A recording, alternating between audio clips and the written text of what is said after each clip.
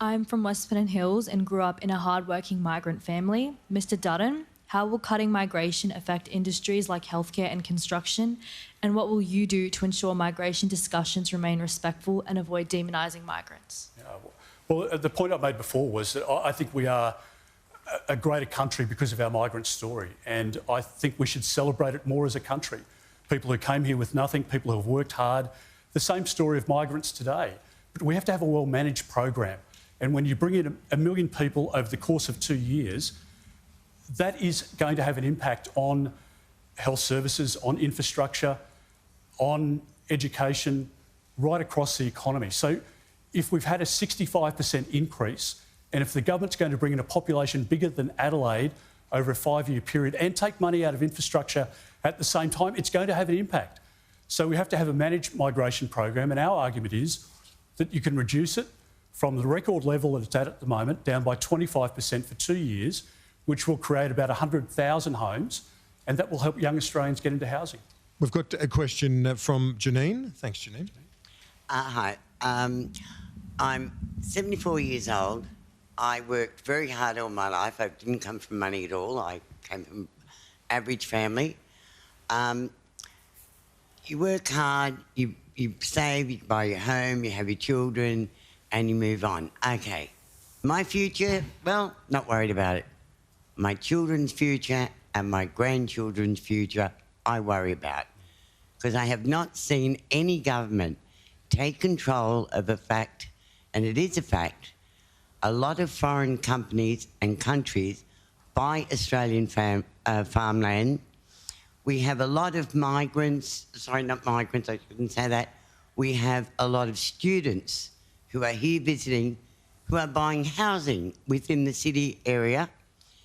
And we have a lot of people here just on visas, buying properties here in Sydney, and they are now empty. We have a lot of housing within the city areas that are empty because they are owned by foreigners who do not live in this country. When is one of our governments going to turn up and say, Australia belongs to Australians, and therefore our land remains Australian land? Thanks, Janine. Thank you. Okay. Well, Janine, you're selling yourself short. You look pretty healthy and well, so... Look, a couple of points. We're a small nation, 27 million people, and we produce more than we can consume in our country. And if you talk to our farmers or talk to our manufacturers, we want to open up markets and export, and we want to trade with the world, and that's always been the case. No, and so in relation to land, that is part of that discussion. So people want to invest into our country. We have limits in relation to purchases being made. Your point is that they could be made tougher, and that's a fair point to make. What I'd say in relation to housing is that we have announced, as part of our housing policy, not just the $5 billion to create the 500,000 new homes, not just a cut to migration so we can get Australian kids into housing, but also a 2-year ban on foreign buyers from purchasing existing housing stock here.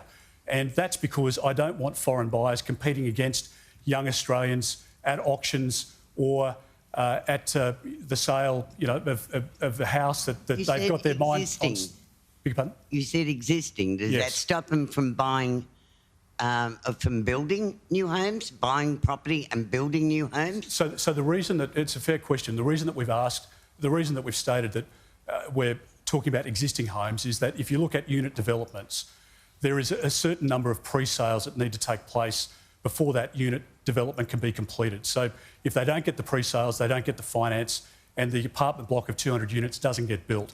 So what we didn't want to do was cut out some of those pre-sales, and a portion of some of those pre-sales will be to foreign students, for example, but it allows that project to get up and running, and it allows those 200 units to come onto the market. Let's give the PM... I want to give the PM some time because we've only got...